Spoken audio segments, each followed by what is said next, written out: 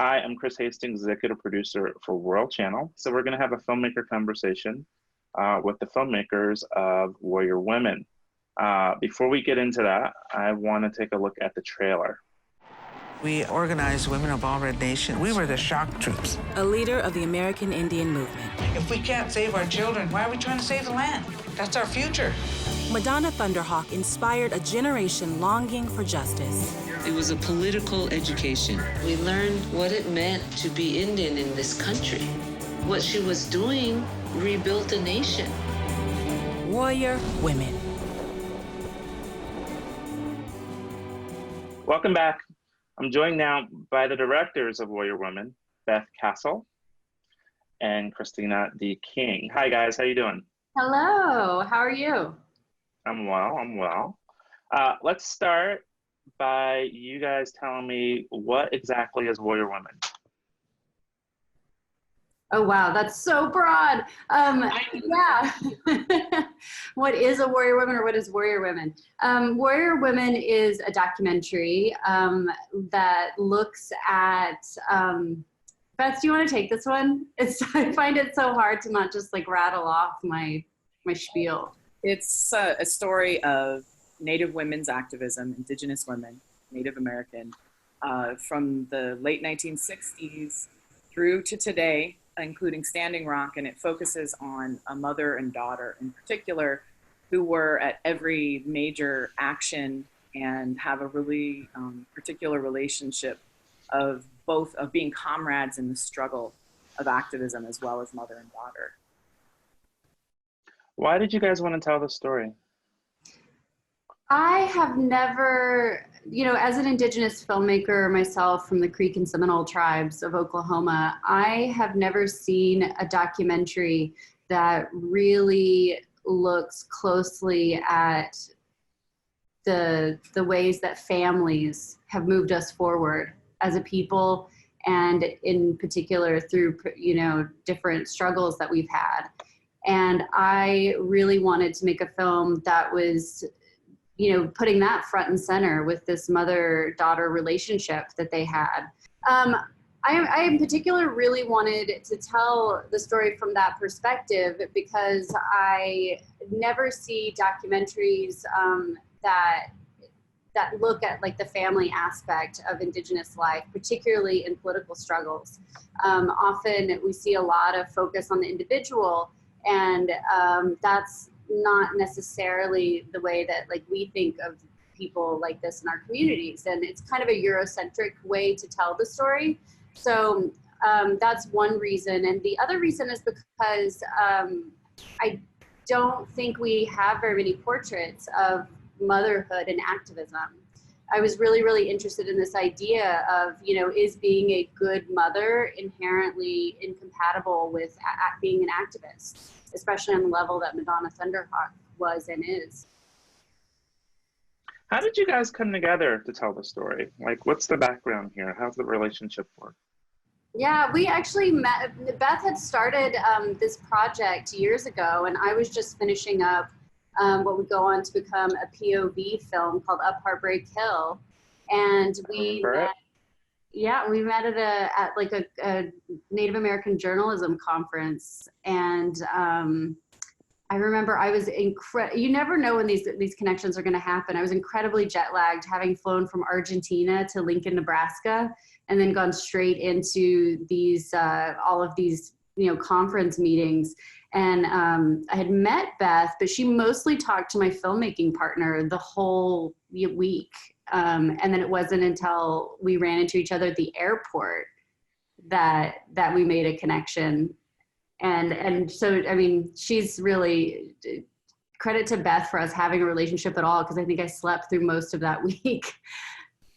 Uh-oh, now that the truth comes out, I don't remember it that way at all, but no, we met, you came to my room and wanted to see some of the footage. And I thought you invited my filmmaking partner to see the footage, and it was either take a nap or go see your footage. That's what I remember. You might have been compelled to take a nap. No, I came. I showed up, and I was like thinking, oh God, I'm so tired. This is really cool.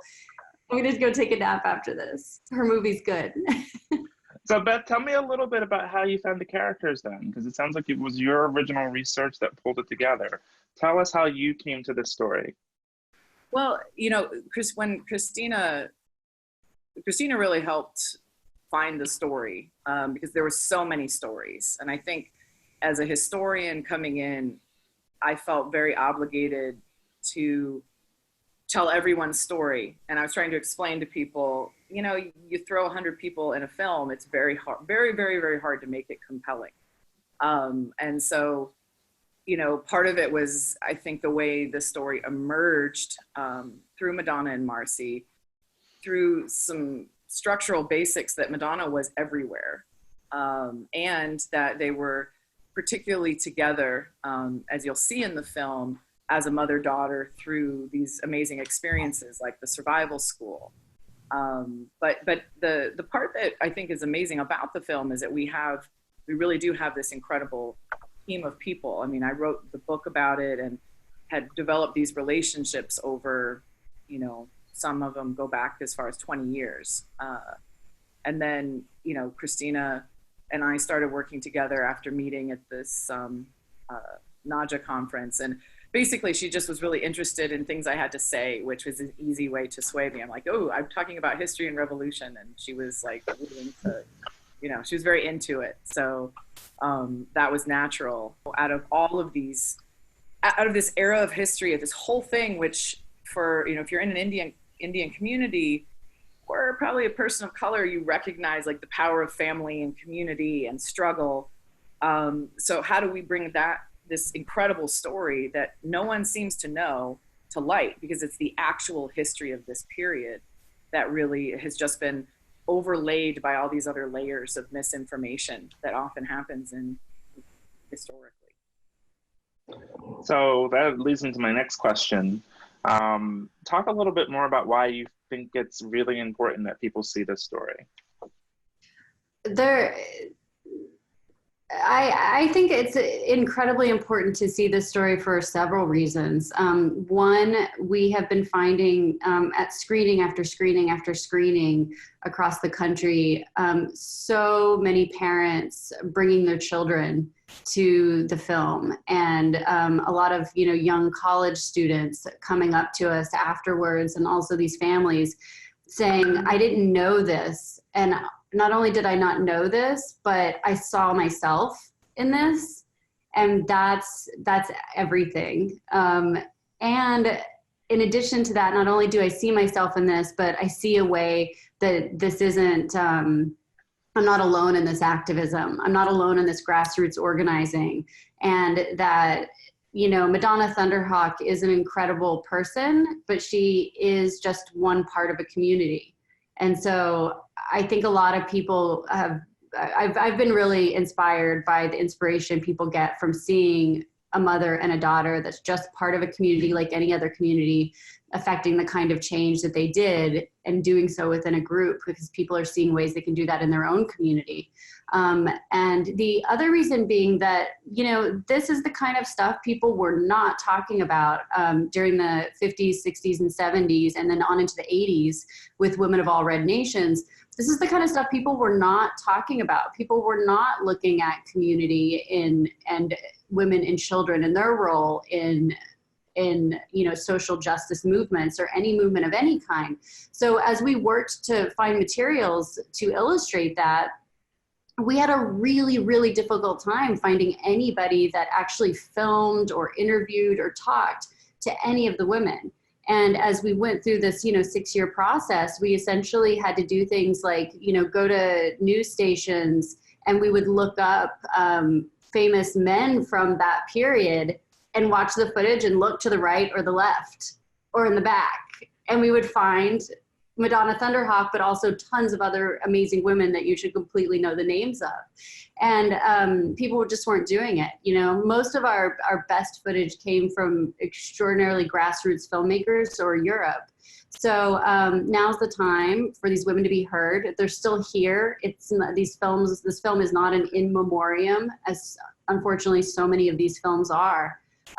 These are women who are still doing the work and doing it, you know, the local way. talk to me a little bit more about the challenges of bringing this story to light. Like you said, it took you 6 years together of bringing this film together. Talk more about that. I would imagine 6 years, there were some really hard things that most audiences don't understand. Can you share a little bit of what it took to bring this film to television?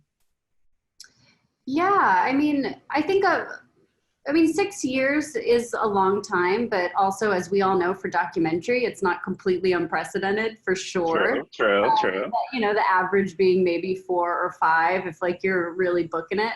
But I would say the thing that took the longest was that we made a version of the film that was very, very different than the film that you'll see broadcast today. It's right. Very much, it was very, very centered in something that as an Indigenous storyteller, I have really struggled with over the years, which is how much context do we have to give? How much background do we have to give? And because the knowledge of Native history is so poor in this country, and we're so misunderstood around the world, often the answer is you feel like you have to give a tremendous amount of information before you can actually start telling the story you want to tell. And we did that, and it wasn't the right film. And so we, scrapped a lot of material and just stepped back and said, okay, let's assume everybody is gonna read a book, or let's assume everybody's gonna be taught this in school. What is it that we wanna tell that only these women saw and through their eyes only? And what is that? And also, what are the things that get us excited? Because we, wanted to end up with a film where we're not always on our back foot, and a film where we were coming out strong and looking at the times when we were, in control and in charge of our own destinies. So that became a completely new edit, a completely different re-edit, which was an extremely difficult decision to make when you're really close to the finish line. And we could have turned in that film and called it done, but we felt like it wasn't really what we as a community needed. So it was a completely different film, and you changed it. What was it that changed visually? And I get the context part of it. What more was it that's innovative in what we're seeing today?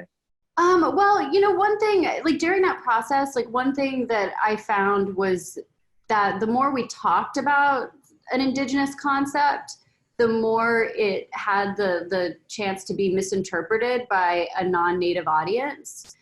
Because at the end of the day, we are using the Queen's English to try to explain concepts that just are completely alien to, a Eurocentric mindset.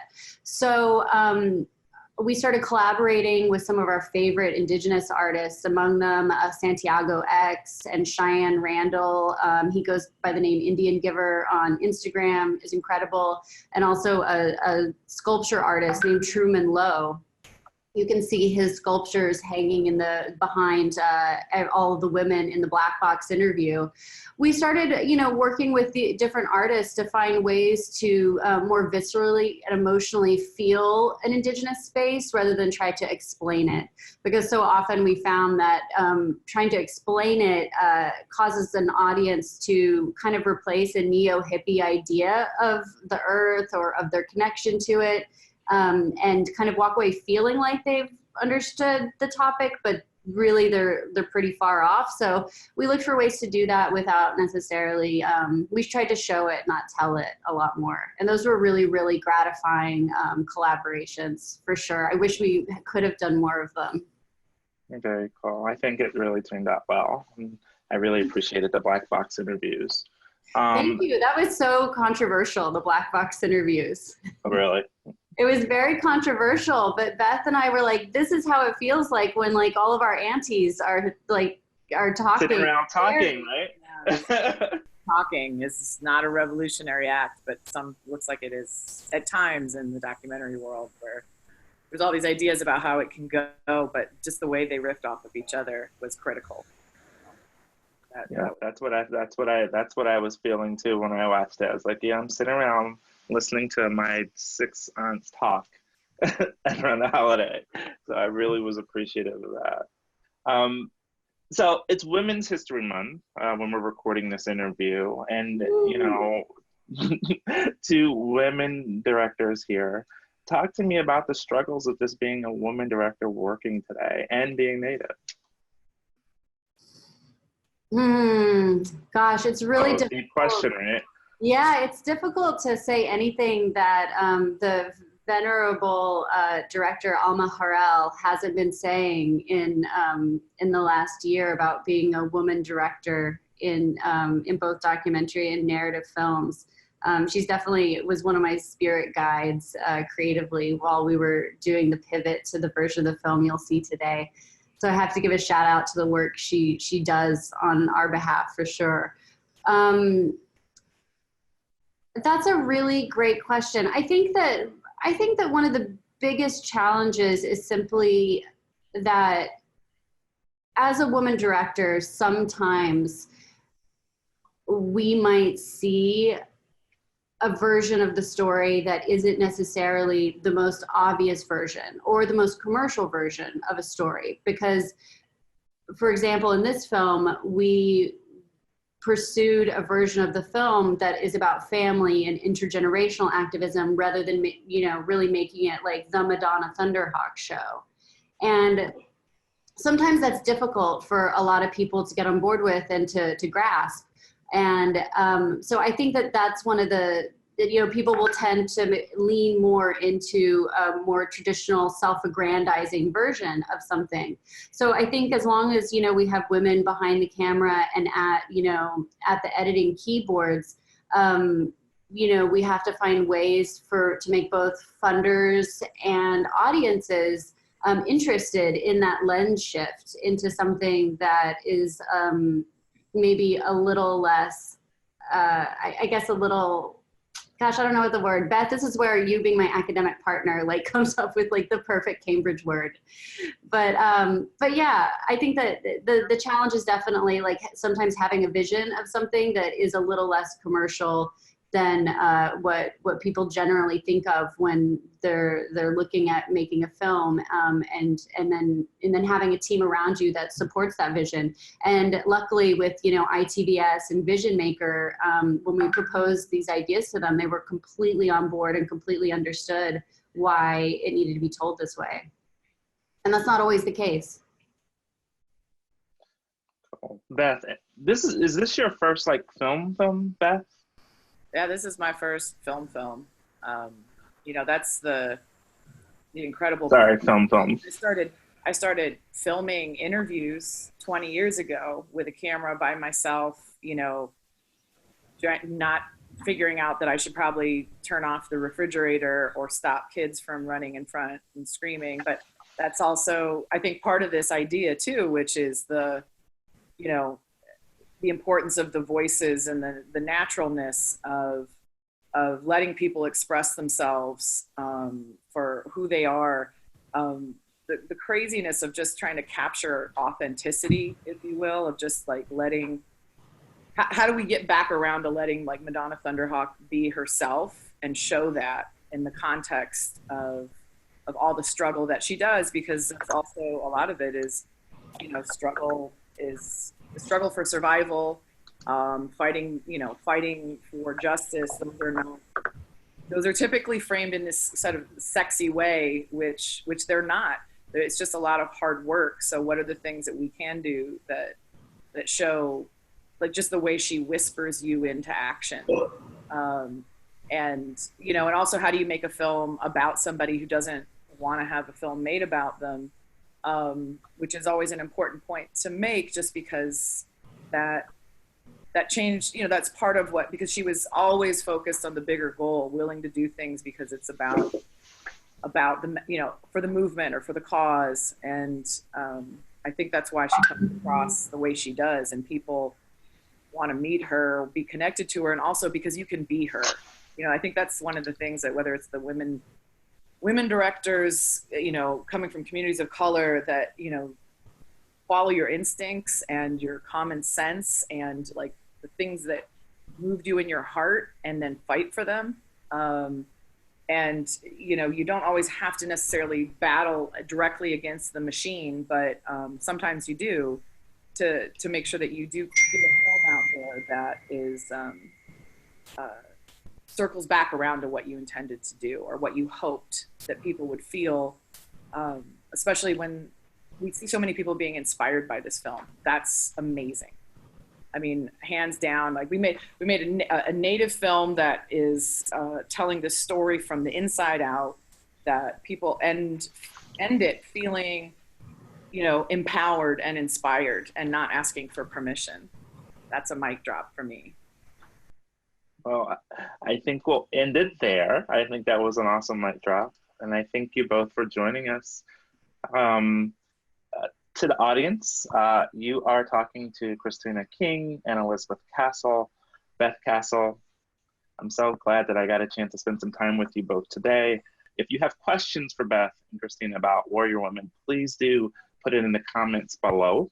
And, you know, they'll respond, or I'll respond, or somebody will respond. So please do let them know what you think about the film. And if you have questions, let us know. I'm Christopher Hastings, Executive Producer and Editorial Manager for World Channel. Thank you for joining us. Bye. We organized Women of All Red Nation. We were the shock troops. A leader of the American Indian movement. If we can't save our children, why are we trying to save the land? That's our future. Madonna Thunderhawk inspired a generation longing for justice. It was a political education. We learned what it meant to be Indian in this country. What she was doing rebuilt a nation.